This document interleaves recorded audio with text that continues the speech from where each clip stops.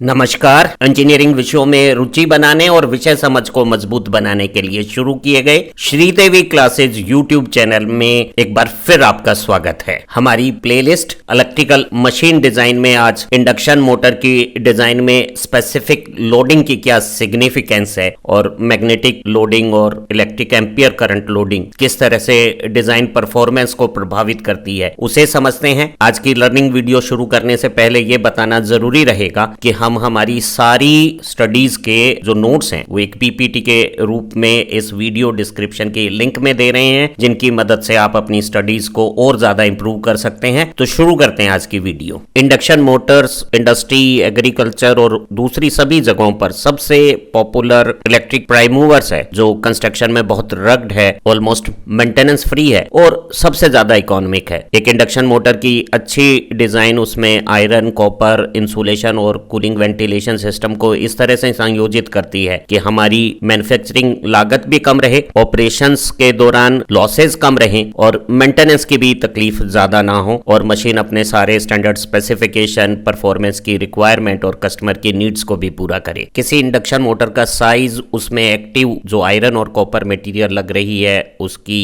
Volume, wait या cost, motor की design में ये जो दो मेन डायमेंशंस हैं, एयर गैप की डायमीटर और आर्मेचर कोर की ग्रॉस लेंथ, इस पर डिपेंड करती है। अगर एक इंडक्शन मोटर का मैकेनिकल पावर आउटपुट इंक्रीज होता है तो हमें ये जो दोनों मेन डायमेंशंस हैं, डी जो एयर गैप की डायमीटर है मेरी आर्मेचर कोर की और एल जो आर्मेचर के कोर स्टैक की ग्रॉस लेंथ है, मुझे ये दोनों इंक्रीज करनी होगी। ये जो आउटपुट इक्वेशन है ये इंडक्शन मोटर के मैकेनिकल आउटपुट को इन मेन डायमेंशंस के साथ स्पेसिफिक मैग्नेटिक लोडिंग और specific electric ampere conductor loading होती है आर्मेचर की, उनसे बनने वाले आउटपुट कोएफिशिएंट्स और मोटर की स्पीड के साथ रिलेट करती है। तो हम कह सकते हैं कि किसी दिए गए पावर आउटपुट के लिए मोटर की फिजिकल डायमेंशंस या एक्टिव मटेरियल का वॉल्यूम, वेट, साइज और कॉस्ट दो बातों पर निर्भर करेगा, आउटपुट कोएफिशिएंट क्या है और मोटर की ऑपरेटिंग स्पीड क्या है। इंडक्शन मोटर की डिजाइन में जो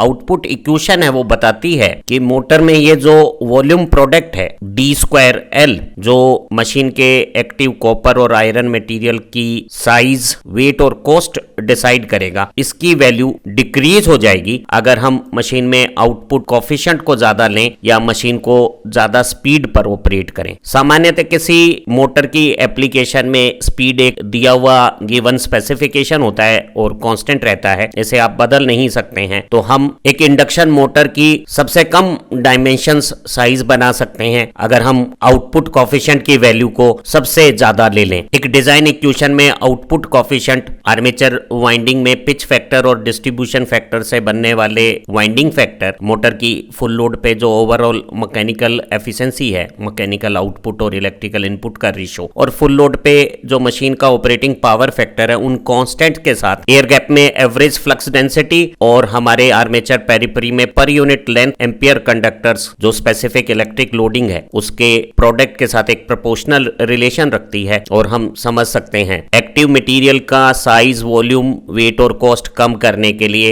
इंडक्शन मोटर को इस तरह से डिजाइन करना चाहिए कि उसमें स्पेसिफिक मैग्नेटिक लोडिंग और स्पेसिफिक इलेक्ट्रिक लोडिंग को इंक्रीज करके हम जब आउटपुट कोएफिशिएंट को इंक्रीज करेंगे तो सेम मैकेनिकल पावर आउटपुट के लिए फिजिकल साइज, वॉल्यूम, वेट और कॉस्ट हमारे एक्टिव मटेरियल का कम हो सकता है। लेकिन ध्यान रहे स्पेसिफिक मैग्नेटिक लोडिंग और स्पेसिफिक करंट लोडिंग की एक लिमिट से ज्यादा वैल्यू लेने से डिजाइन में मोटर की परफॉर्मेंस में कुछ एडवर्स इफेक्ट्स आ जाएंगे। मोटर में लॉसेस बढ़ने से एफिशिएंसी कम हो सकती है, टेम्परेचर राइज से इंसुलेशन की लाइफ पे प्रॉब्लम्स हो सकती है, वर्किंग पावर फैक्टर खराब हो सकता है। तो हमें specific magnetic loading, air gap में एवरेज फ्लक्स डेंसिटी का मान और specific electric loading, armature periphery में पर यूनिट लेंथ एम्पियर कंडक्टर्स का मान इस तरह से सेलेक्ट करना चाहिए कि हमारी जो मोटर की परफॉर्मेंस है वो एज पर स्पेसिफिकेशंस बनी रहे और साथ ही उसकी रिलायबिलिटी, एफिशिएंसी और कॉस्ट में भी ऑप्टिमाइजेशन रहे। डिजाइन में स्पेसिफिक मैग्नेटिक लोडिंग की वैल्यू को क्या सेलेक्ट करना है उसे समझने से पहले स्पेसिफिक मैग्नेटिक लोडिंग क्या है इसे समझ लेते हैं। हम आर्मेचर में 3 फेज की space displaced, double layer, distributed और शॉर्ट पिच वाइंडिंग वाइंडिंग्स करते हैं तो कुछ पोल्स के साथ हम वाइंडिंग्स में करंट भेजकर रोटर के चारों तरफ एयर गैप में वर्किंग मैग्नेटिक फ्लक्स प्रोड्यूस करते हैं। अगर हमारी आर्मेचर वाइंडिंग में नंबर ऑफ पोल्स P हैं और हर पोल से हम अगर फ्लक्स फाई बना रहे हैं तो रोटेटिंग रोटर के चारों तरफ एयर गैप में जो सारा फ्लक्स हम प्रोड्यूस करते हैं P फाई, उसे हम टोटल मैग्नेटिक लोडिंग कहते हैं। और ये जो टोटल फ्लक्स एयर गैप में हमने रोटर के ऊपर डाला है वो रोटर के सारे सिलेंड्रिकल सरफेस एरिया, अगर ये डायमीटर D है तो ये सर्कुलर पेरिफेरी पाई D हो गई है, और अगर हमारी कोर स्टैक की लेंथ ये L है तो cylindrical surface area pi DL हो गया है। तो पर यूनिट एरिया जो फ्लक्स का अमाउंट यहाँ एयर गैप में एवरेज फ्लक्स डेंसिटी बनाता है उसे हम स्पेसिफिक मैग्नेटिक लोडिंग कहते हैं। आर्मेचर कोर में वाइंडिंग को अकोमोडेट करने के लिए हम इनर पेरिफेरी में स्लॉट्स बनाकर टीथ की कॉन्फ़िगरेशंस करते हैं। तो आर्मेचर कोर और रोटर के बीच में जो एयर गैप में एवरेज फ्लक्स डेंसिटी है वो टीथ भाग में क्या मैक्सिमम फ्लक्स डेंसिटी बनाती है उसे समझते हैं। अगर रोटर के चारों तरफ एयर गैप में average flux density specific magnetic loading B average है और सारा एयर गैप का cylindrical surface area pi DL है तो total magnetic loading air gap में P5 हो गई है। और अगर हमारी मशीन में S स्लॉट्स हैं तो एक स्लॉट्स पर जो फ्लक्स गिर रहा है वो P5 अपॉन S हो गया है। P5 की जगह अगर हम एवरेज फ्लक्स डेंसिटी और सिलेंड्रिकल सरफेस एरिया का एक्सप्रेशन लिखें तो सारा सिलेंड्रिकल सरफेस एरिया जो एक स्लॉट्स के नीचे आया है इस स्लॉट पिच YS के अंदर, उसकी कैलकुलेशन हम कर सकते हैं YS इंटू L के रूप में। और हम कह सकते हैं कि एक स्लॉट का जो क्रॉस सेक्शन एरिया है उस पर जो एवरेज फ्लक्स डेंसिटी से टोटल फ्लक्स जो स्लॉट पर गिरा है वो सारी स्लॉट पिच पे न होके सिर्फ टूथ की विड्थ में फ्लो करता है। और एक टूथ की विड्थ L लंबाई पे सारा एरिया अगर WTL करे तो हम पाते हैं कि टूथ भाग में जो फ्लक्स डेंसिटी का मैग्नीट्यूड है वो एयर गैप की फ्लक्स डेंसिटी की कंपैरिजन में काफी ज्यादा हो जाएगा। और हम समझ सकते हैं कि अगर स्लॉट्स की डायमेंशंस काफी बड़ी है, टीथ का भाग उतना ज्यादा चौड़ा नहीं है जितनी स्लॉट पिच है, तो हम पाएंगे कि एयर गैप में अगर एवरेज फ्लक्स डेंसिटी सिर्फ 0.6 टेस्ला है तो टूथ के भाग में ये 1.6 टेस्ला तक ज्यादा हो सकती है। एक इंडक्शन मोटर का armature semi enclosed slot opening के साथ मल्टी टर्न फ्लेक्सिबल वायर से जब वाइंडिंग करता है तो स्लॉट को टेपर्ड लेते हैं। टीथ भाग के टॉप पे स्लॉट्स की ओपनिंग कम है और नीचे ये थोड़ा टेपर होकर चौड़ा हो जाता है और हमारा टीथ भाग है वो पैरेलल रहता है। तो हम कह सकते हैं कि टूथ भाग में मैग्नेटिक फ्लक्स डेंसिटी की वैल्यू पूरी स्लॉट डेप्थ में यूनिफॉर्म बनी रहती है। इसमें डीसी मशीन जैसे रोटेटिंग आर्मेचर जैसी स्थितियां नहीं है जहां पैरेलल स्लॉट्स के साथ टीथ टेपर्ड्स होते हैं और जो सबसे संकीर्ण टीथ का भाग है वहां पे फ्लक्स डेंसिटी की वैल्यूज टॉप भाग से भी ज्यादा डबल हो जाती है। तो हम पाते हैं कि यहाँ 0.6 टेस्ला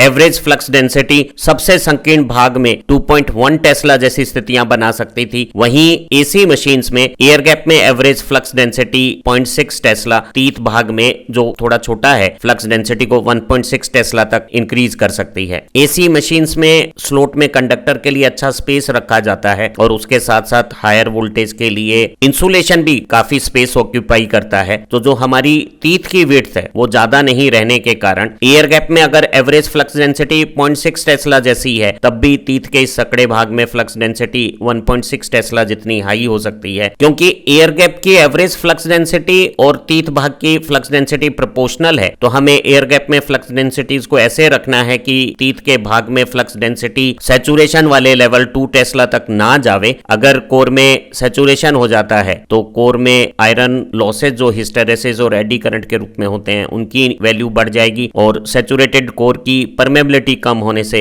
रिलेक्टेंस भी इंक्रीज हो जाएगा। एयर गैप में एवरेज फ्लक्स डेंसिटी या स्पेसिफिक मैग्नेटिक लोडिंग की मैग्नीट्यूड कैसे चॉइस किया जाता है उसे समझते हैं। अगर हम स्पेसिफिक मैग्नेटिक लोडिंग की वैल्यू को हाई लेंगे हमारा आउटपुट कोएफिशिएंट इंक्रीज होने से एक्टिव मटेरियल का वॉल्यूम, साइज और कॉस्ट कम हो जाएगी। इसके साथ साथ हमारी मशीन्स में ओवरलोड कैपेसिटी और पुल आउट टॉर्क में भी इंक्रीज होगी। लेकिन एवरेज फ्लक्स डेंसिटी को एयर गैप में एक लिमिट से ज्यादा इंक्रीज करने पर आर्मेचर कोर में कोर लॉसेस बढ़ने और एफिशिएंसी घटने से टेम्परेचर राइज की समस्याएं आ सकती हैं। कोर के आयरन पार्ट में सैचुरेशन होने से रिलेक्टेंस जो इंक्रीज होगा उससे आयरन पार्ट को सेम अमाउंट ऑफ फ्लक्स बनाने के लिए ज्यादा एमएमएफ की जरूरत होगी और इससे हमारी मैग्नेटाइजिंग करंट की रिक्वायरमेंट बढ़ने होने से मोटर का ऑपरेटिंग पावर फैक्टर कमजोर हो जाएगा। तो हम कह सकते हैं कि जो स्पेसिफिक मैग्नेटिक लोडिंग की चॉइस है वो मैग्नेटाइजिंग करंट, कोर लॉसेज को डायरेक्टली प्रभावित करती है और उससे हमारी मशीन की परफॉर्मेंस में power factor, efficiency, temperature rise, pull out torque, इन पे असर आता है। सभी को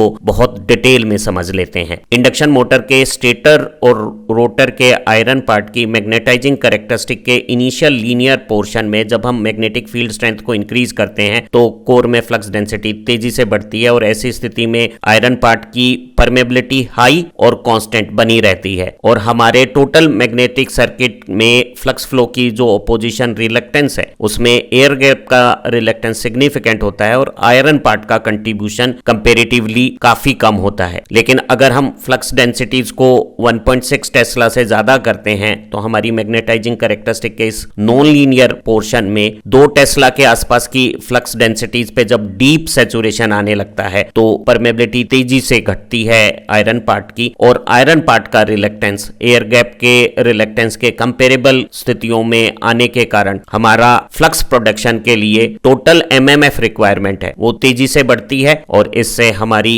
मशीन का फ्लक्स प्रोडक्शन के लिए जो मैग्नेटाइजिंग करंट की रिक्वायरमेंट है वो भी इंक्रीज होगी। ध्यान रहे कि एयर गैप में एवरेज फ्लक्स डेंसिटी या स्पेसिफिक मैग्नेटिक लोडिंग कोर के मैक्सिमम फ्लक्स डेंसिटी के साथ प्रोपोर्शनलिटी रखती है और किसी भी हालत में हमारे कोर के किसी भी आयरन पार्ट में फ्लक्स डेंसिटीज को 1.7 टेस्ला से अधिक नहीं होने देना चाहिए। एक इंडक्शन मोटर के नो लोड करंट का ये जो मैग्नेटाइजिंग कंपोनेंट है ये सबसे प्रमुख कारण है मोटर की वर्किंग के दौरान उसके पावर फैक्टर का पुअर लैगिंग रहने का। अगर हम एयर गैप में फ्लक्स डेंसिटीज को इंक्रीज करते हैं तो टूथ भाग में भी फ्लक्स डेंसिटीज अनुपातिक रूप से बढ़ती हैं और अगर स्टेटर के टूथ भाग में फ्लक्स डेंसिटी गहरे सैचुरेशंस की तरफ 1.7 टेस्ला से ज्यादा होती है तो कोर की परमेबिलिटी कम होने से आयरन पार्ट का रिलेक्टेंस बढ़ने से हमारे मैग्नेटिक सर्किट की एमएमएफ रिक्वायरमेंट अधिक होने से ये मैग्नेटाइजिंग करंट जब बढ़ता है तो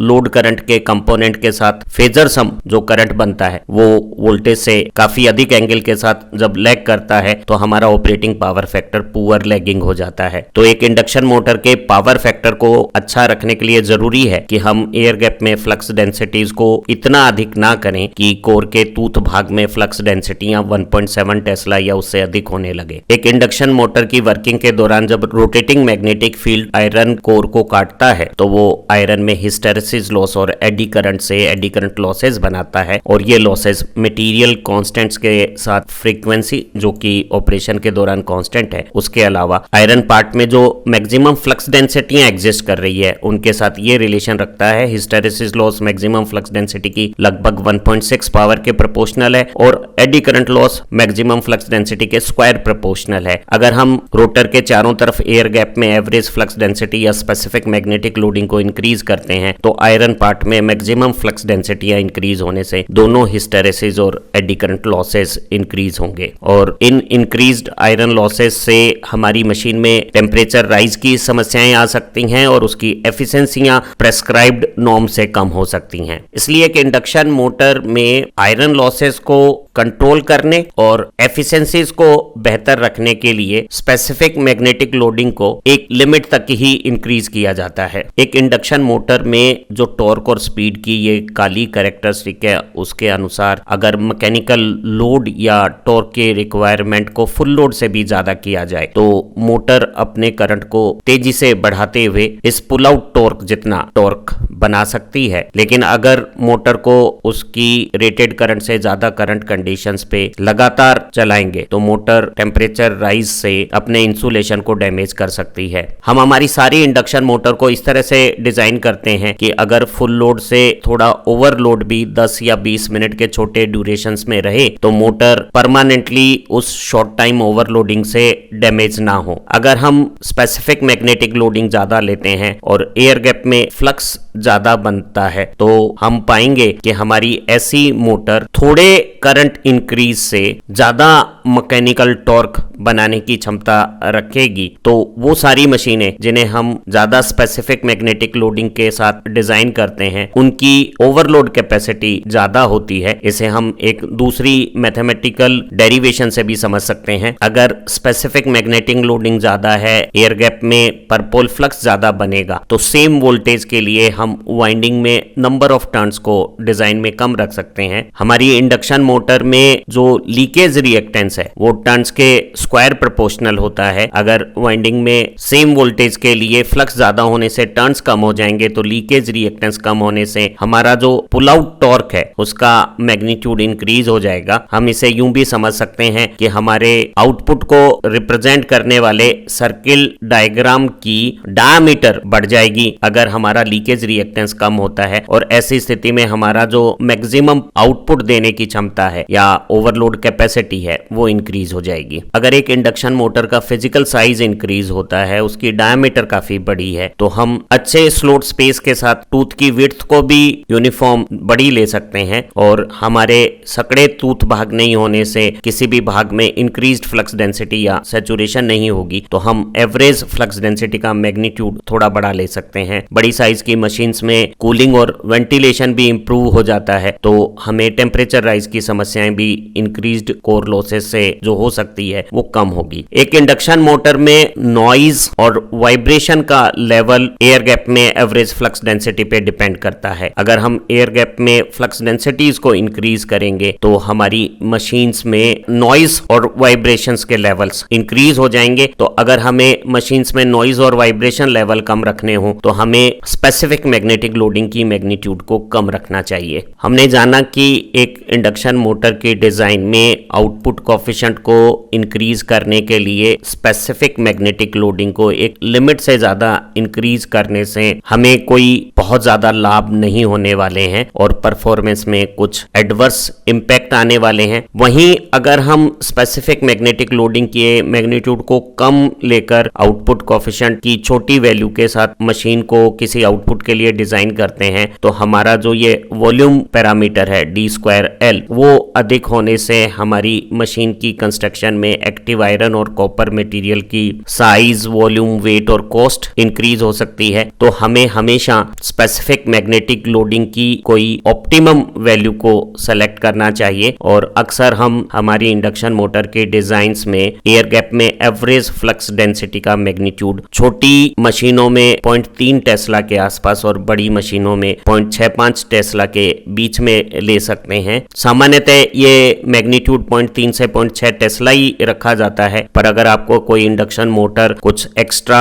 ओवरलोड कैपेसिटी के साथ डिजाइन करनी हो तो हम एवरेज फ्लक्स डेंसिटी की वैल्यू एयर गैप में या स्पेसिफिक मैग्नेटिक लोडिंग की वैल्यू लिमिटिंग कंडीशंस में 0.65 टेस्ला तक ले सकते हैं। ध्यान रहे हम स्पेसिफिक मैग्नेटिक लोडिंग की छोटी वैल्यूज लेंगे अगर हमारी मशीन्स की पावर रेटिंग्स कम है या वो ज्यादा वोल्टेज के लिए डिजाइन की गई है। एक इंडक्शन मोटर के डिजाइन में स्पेसिफिक इलेक्ट्रिक लोडिंग की वैल्यू के सिलेक्शन को समझने से पहले जान लेते हैं कि स्पेसिफिक इलेक्ट्रिक लोडिंग या एम्पियर कंडक्टर पर unit peripheral length of armature periphery क्या है। जब हम आर्मेचर कोर में एक 3 phase space displaced winding wound करते हैं तो 2 कंडक्टर्स को कंबाइन करके हम वाइंडिंग का एक टर्न फॉर्म करते हैं, और एयर गैप में पर पोल जो हमारा फ्लक्स का मैग्नीट्यूड लिया गया है और हमारी जो फेज वोल्टेज है उसके हिसाब से हम वाइंडिंग में पर फेज में टर्न्स बनाते हुए कंडक्टर्स का इस्तेमाल करते हैं, और तीनों फेज के जो टोटल कंडक्टर्स हैं उनमें मोटर की करंट रेटिंग के हिसाब से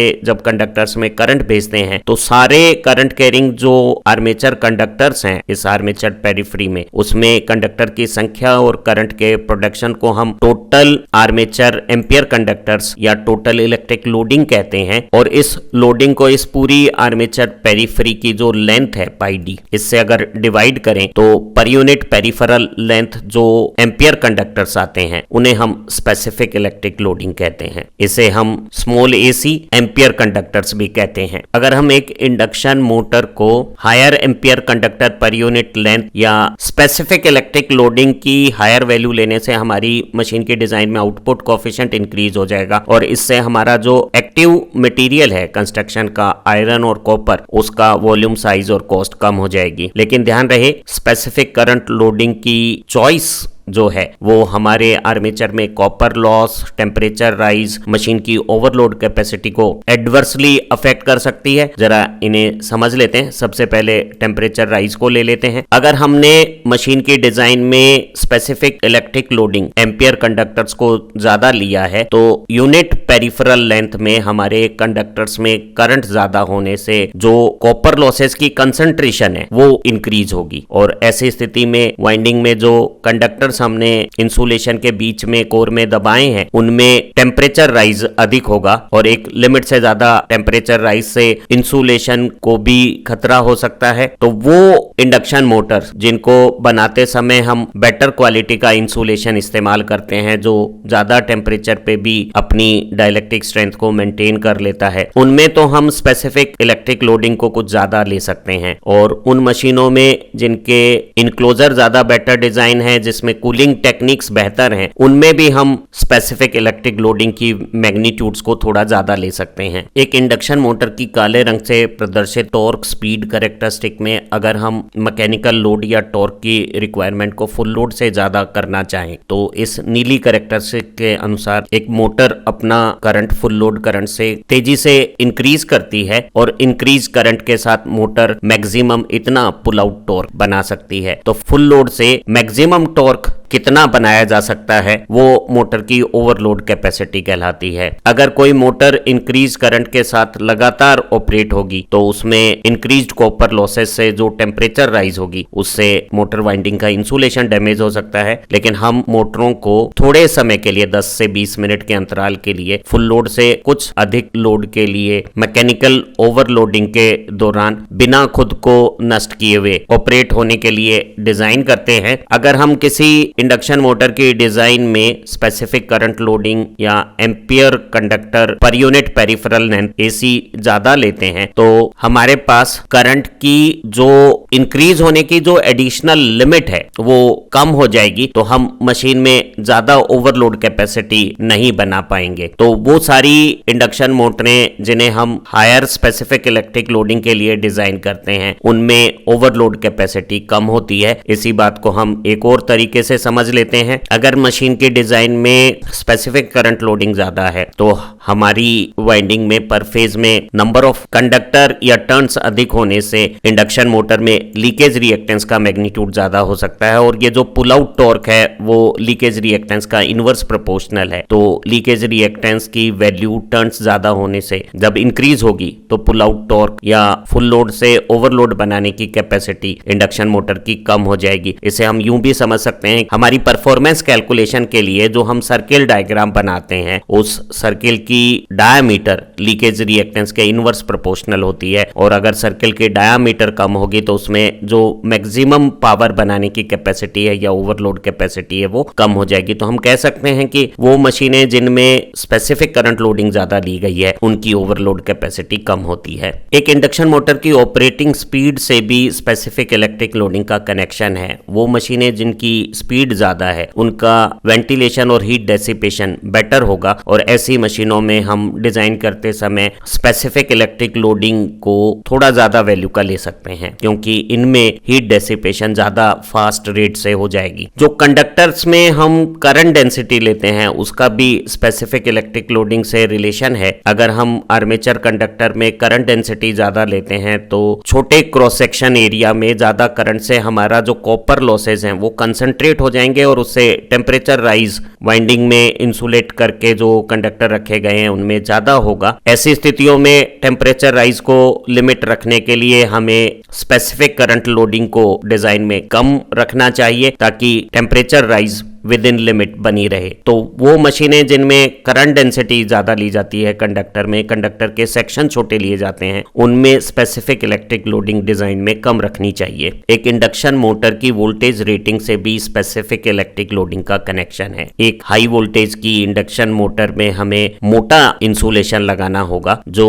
स्लॉट में ज्यादा स्पेस ऑक्यूपाई करेगा, तो कंडक्टर के लिए स्लॉट में स्पेस कम अवेलेबल होगा, और ऐसी स्थिति में जो स्लॉट स्पेस फैक्टर है, स्लॉट में कंडक्टर का जो एरिया है और जो टोटल स्लॉट एरिया है वो रेशो कम हो जाएगा। तो अगर ऐसी मशीनों में हम नॉर्मल स्पेसिफिक इलेक्ट्रिक लोडिंग की वैल्यूज का इस्तेमाल करते हैं तो हमारे कंडक्टर्स में करंट डेंसिटी ज्यादा हो जाएगी, कॉपर लॉसेस से हीट ज्यादा कंसंट्रेट होकर टेम्परेचर राइज ज्यादा करेगी, तो इंसुलेशन की लाइफ को खतरा हो सकता है। और अगर हम कांस्टेंट करंट डेंसिटी मेंटेन करना चाहते हैं तो हमारे पास स्लोट में इंसुलेशन का स्पेस ज्यादा होने से कंडक्टर का एरिया कम आ गया है, तो हमें कम करंट पे कंडक्टर्स इस्तेमाल करने होंगे। तो ऐसी स्थिति में हमारी स्पेसिफिक करंट लोडिंग है वो कम हो जाएगी। तो सभी हाई वोल्टेज की इंडक्शन मोटर की डिजाइन में ये एडवाइस की जाती है कि आप स्पेसिफिक इलेक्ट्रिक लोडिंग की वैल्यू या per unit peripheral length ampere conductor का मान कम लें। एक मशीन के साइज या पावर रेटिंग का स्पेसिफिक करंट लोडिंग से सीधा संबंध है। अगर हमारी मशीन बड़े साइज की है तो उसमें स्लोट की डेप्थ अच्छी होगी और जो बड़ी आकृति का जो स्लोट है वो वाइंडिंग के ज्यादा कंडक्टर्स को आसानी से अकोमोडेट कर सकता है। बड़ी आकार की मशीनों में वेंटिलेशन और हीट का डेसिपेशन भी बेटर होता है, तो हम एक बड़ी आकार की इंडक्शन मोटर को higher value of specific electric loading के लिए डिजाइन कर सकते हैं। तो सामान्यतः हम जब बहुत छोटी इंडक्शन मोटरें हों 10 किलोवाट से भी छोटे साइज की, तो उनमें स्पेसिफिक इलेक्ट्रिक लोडिंग या एम्पियर कंडक्टर पर यूनिट पेरिफेरल लेंथ काफी कम 10,000 से 17,500 एम्पियर कंडक्टर पर मीटर लेते हैं। जो मीडियम साइज की मोटरें हैं 100 किलोवाट तक, उनमें स्पेसिफिक करंट लोडिंग को 20,000 से 30,000 एम्पियर कंडक्टर पर मीटर लिया जा सकता है। और जो बड़े आकार की मोटरें हैं उनमें हम स्पेसिफिक इलेक्ट्रिक लोडिंग को 30,000 से 45,000 एम्पियर कंडक्टर पर मीटर भी ले लेते हैं। तो हमने देखा कि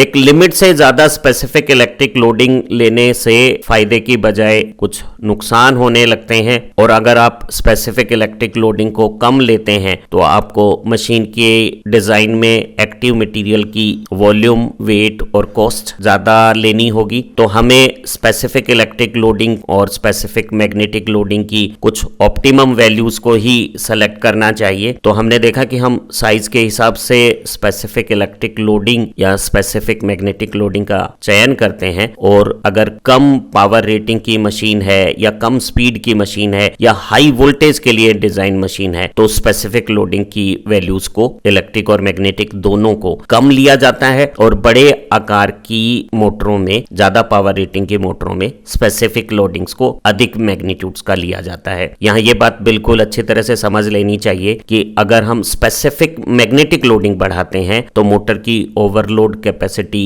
इंक्रीज होगी, और अगर आप स्पेसिफिक इलेक्ट्रिक लोडिंग को बढ़ाते हैं तो मोटर की ओवरलोड कैपेसिटी डिक्रीज होगी। और दोनों तरह की लोडिंग को इंक्रीज करने से लॉसेज इंक्रीज होंगे, एफिशिएंसी डिक्रीज होगी, टेम्परेचर राइज की प्रॉब्लम्स ज्यादा होगी। उम्मीद है आज के इस वीडियो लेसन से इंडक्शन मोटर की डिजाइन में स्पेसिफिक लोडिंग का क्या सिग्निफिकेंस है और स्पेसिफिक मैग्नेटिक लोडिंग और स्पेसिफिक इलेक्ट्रिक लोडिंग की वैल्यूज को किस तरह से सेलेक्ट किया जाता है ये आपको अच्छी तरह से समझ में आ गया होगा। हमारी इसी प्लेलिस्ट की दूसरी वीडियो से आपकी इलेक्ट्रिक मशीन डिजाइन की समझ सुधर सकती है, और हमारी पावर इलेक्ट्रॉनिक्स और पावर सिस्टम और दूसरी प्लेलिस्ट की वीडियो से आपकी एकेडमिक समझ में और इंप्रूवमेंट आए। आप अच्छा पढ़ें, तरक्की करें। Have nice time. Thank you once again for supporting our channel.